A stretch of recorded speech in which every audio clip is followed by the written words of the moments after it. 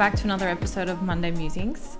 This week I wanted to start with a bit of a confronting but nonetheless pretty important question, and that is, are you addicted to other people's approval? Your response is going to be one of two things. Either absolutely not, am quite defensive and think, no, that's not me at all. Or you're probably sitting there thinking, that I probably do relate to that or do fall pressure to what other people think more than I should.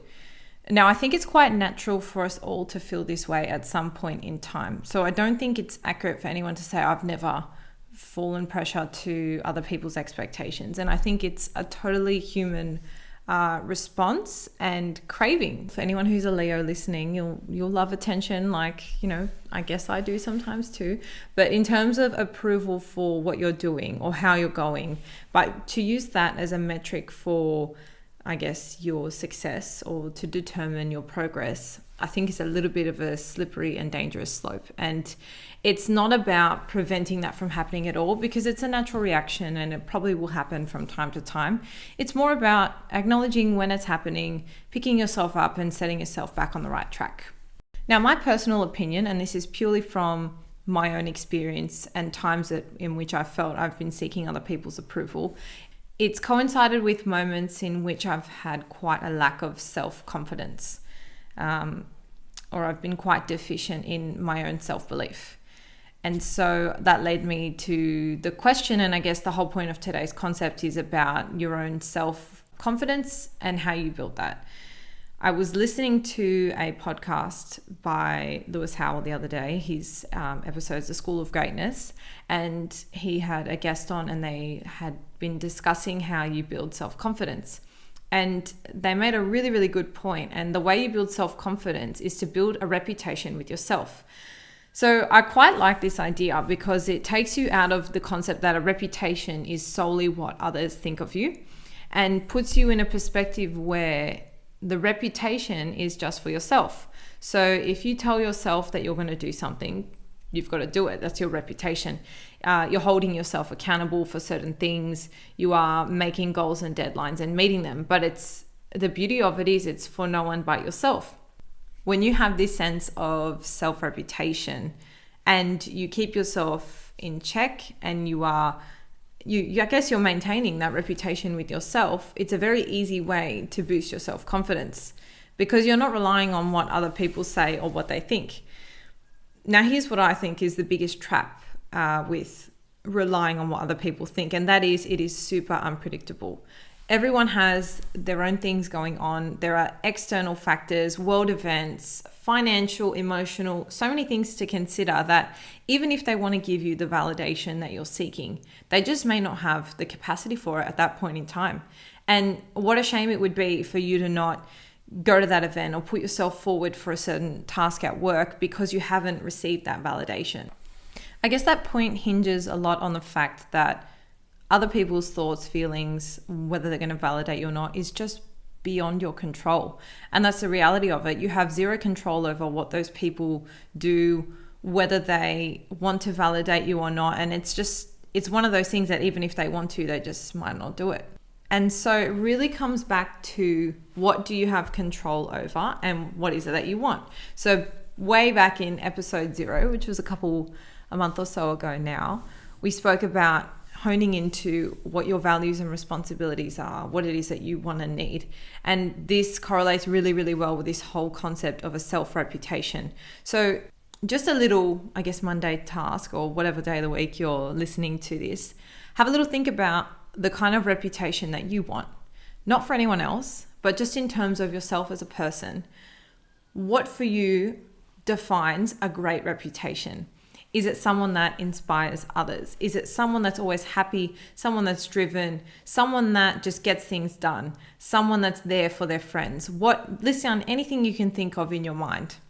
Now that you've got a little bit of a mental checklist or a nice, I guess, mental image of what that actually looks like and means to you, have a think about the ways you can keep yourself accountable or in check for each of those items. So just to throw one thing out there, for me personally, having a good reputation means that I'm a great communicator and people always comment on the way that they're able to approach me and interact with me. So a way I can keep myself personally accountable is always making sure that I am positive and friendly with other people. And to the contrary, when I'm not positive or friendly, or when I'm not feeling my best, it's about picking yourself up on those things and making a mental note that that doesn't align with your personal reputation. The person you're speaking to that I maybe think, oh, okay, I haven't really communicated well with them, or I didn't really come across friendly, they're going to have no idea that that forms part of my personal reputation. But because I'm trying to keep myself accountable, I can take that experience and then try and learn from it. And I guess not make the same mistake again. And so in keeping yourself accountable, you're slowly building your own self-confidence. And the best part is you're in full control of the rapidness of that growth, or how much, I guess, you want to delve into different steps along the way. And you're not reliant on what other people are thinking, saying, whether they're going to do things or not. And you can just really set the tone and pace yourself. This whole idea pairs really nicely with the whole concept of balance. It's really all about getting to the bottom of what you want and need. And that never, ever relies on other people. Even if you're a parent with dependents, what you want and need is separate from you as a parent. If you're running a busy organization, you as the individual is separate from that leader. And so you need to start making that distinction and being able to say, okay, this is what I want and need. And actually, your reputation might have different facades. So you might have a personal reputation that you have one, I guess, set of goals or checklists for. You might have a professional reputation, etc.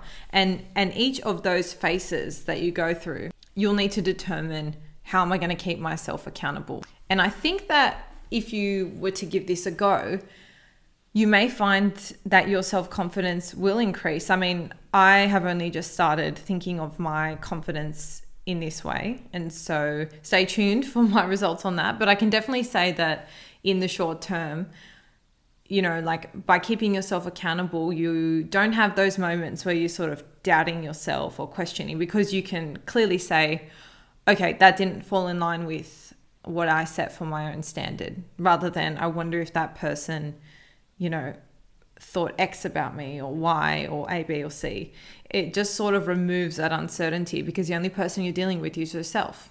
So then it really just comes down to navigating those thoughts and thinking, how am I going to set myself on track, or just keep going? You might be doing a great job. So takeaway of the day, have a think about the different types of reputations you might want for yourself in your life. So in the area of your health, within your relationships, and within your area of fulfillment, they might be all the same, or some standards might vary slightly between each of the categories. But have a little think about it. And if you were looking at yourself externally, what sort of values or standards would each of those reputations hold within them? And then just find ways to slowly keep yourself on track and accountable. Another big part of this is self-reflection. So don't just do the stuff. Tell yourself that you're doing this stuff. Give yourself a pat on the back where it's due.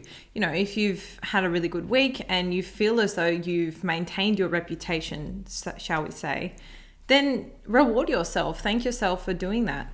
Then you are turning, or you're diverting that craving or that need for attention from other people, or validation, shall we say, and you can just give it to yourself. Now, I know in theory this sounds like a great idea, and it might not work for you personally, but it's all about just giving things a go and trying to shift that mentality so that you can remove as much uncertainty as you can from your life, and it's really about just bringing that control back to you. I think if you're always hinging your progress or your definition of self onto others, it's constantly going to be very doubtful, because you're just never sure how people are going to react or whether they're going to show up. I hope you guys have enjoyed today's Monday Musings. I really hope that some of you give this a go, and definitely let me know how you go reshifting and reframing, I guess. But yeah, drop below in the comments any ideas you have in terms of setting your own self-reputation, one that doesn't rely on anyone else, just yourself. Doesn't need to be anything too personal, just general ideas that other people could benefit from. Or you can shoot me a DM and let me know how you're going with it. But I hope you all have a lovely day, and until next time, stay balanced. If it's your first time here today, thank you so much for tuning in or returning, and Don't forget to subscribe to our YouTube, Spotify, Apple Podcasts, whatever your platform is. We've also got a mailing list if you want email updates or reminders when the shows come out, and I would love to hear all your thoughts. Until next time, stay balanced.